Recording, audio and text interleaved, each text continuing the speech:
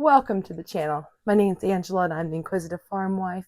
So glad you're here. If you're new, I encourage you, hit that like and subscribe button so you don't miss out on any of my future content. You never know what I'm going to do.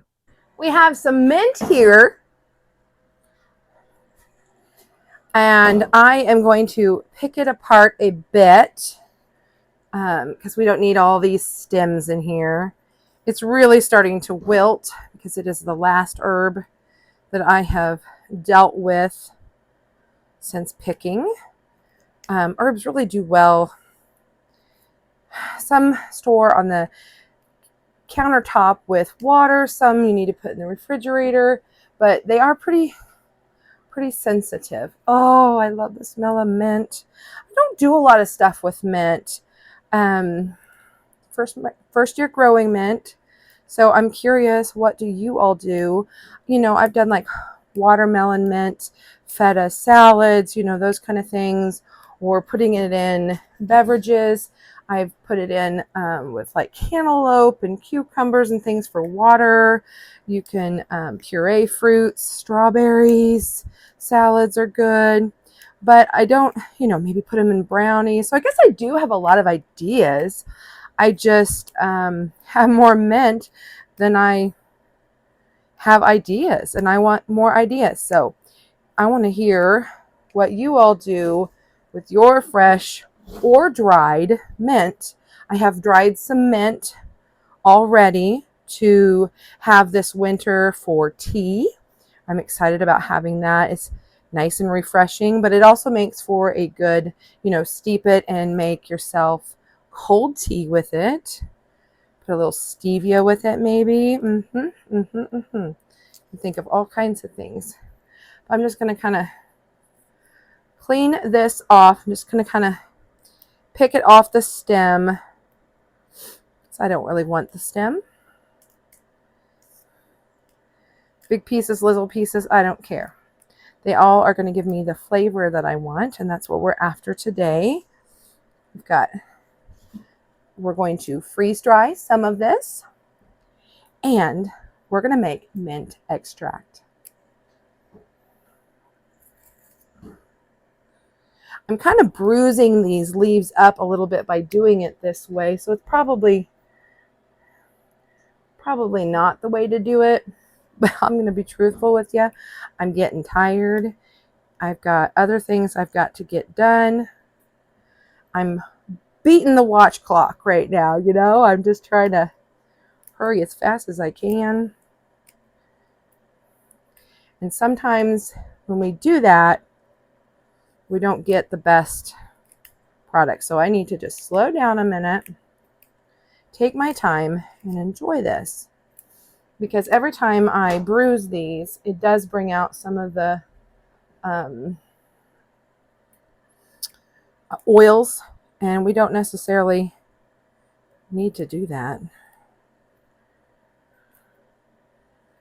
for the application today. Just yet, anyway. Okay. You know what? I changed my mind again. And I am not going to freeze dry any of this. I'm just not. It's too beat up. This isn't going to make for a good product to have in the freeze dryer. So let's rinse this off. And I want to make sure, let's get this out of the way. I want to make sure that this is good and dry.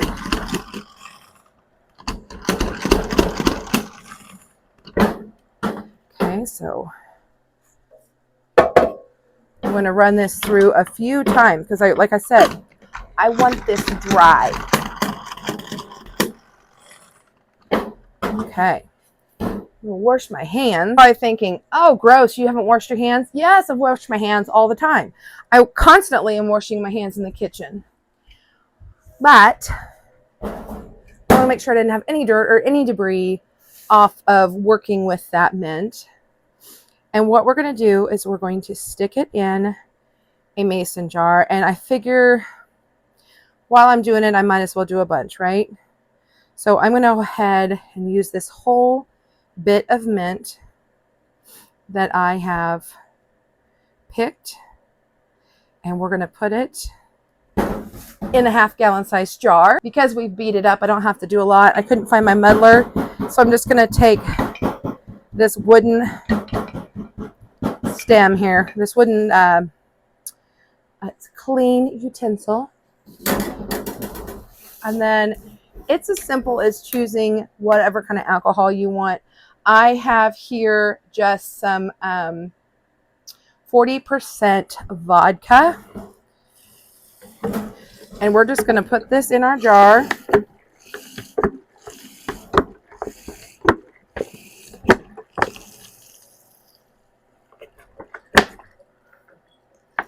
I think we can fill her right up to the top.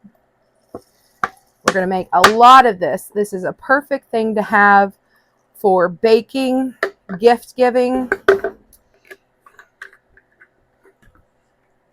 drinking, your choice. Grab myself a clean lid, 2-piece, 1-piece, that's up to you. And I'm going to put it on here. We're going to give this a good shaky shake.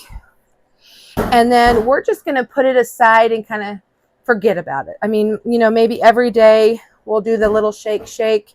You'll see the water start to kind of turn color. It won't be a pretty green.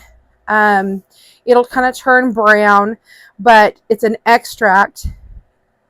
And so we're not using it for the visual. We're using it for the flavor and aromatics. So I'm going to let this set probably a couple of months. I'm going to keep my eye on it. You've got to watch when you use fresh herbs because the oils that are in it can go rancid.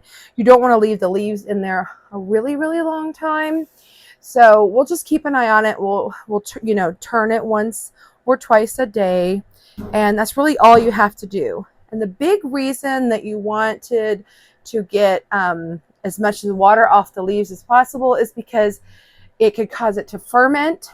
Water will cause things to ferment, and we don't want to ferment this. We're just wanting to extract the oils and things from it to make an extract. We're not making a ferment. So it is as easy as that, and project done for today. Thanks for being here with me, guys. I really appreciate you taking your time to be here. Let me know in the comments below what you think of what we did today. Talk to you later. Bye for now.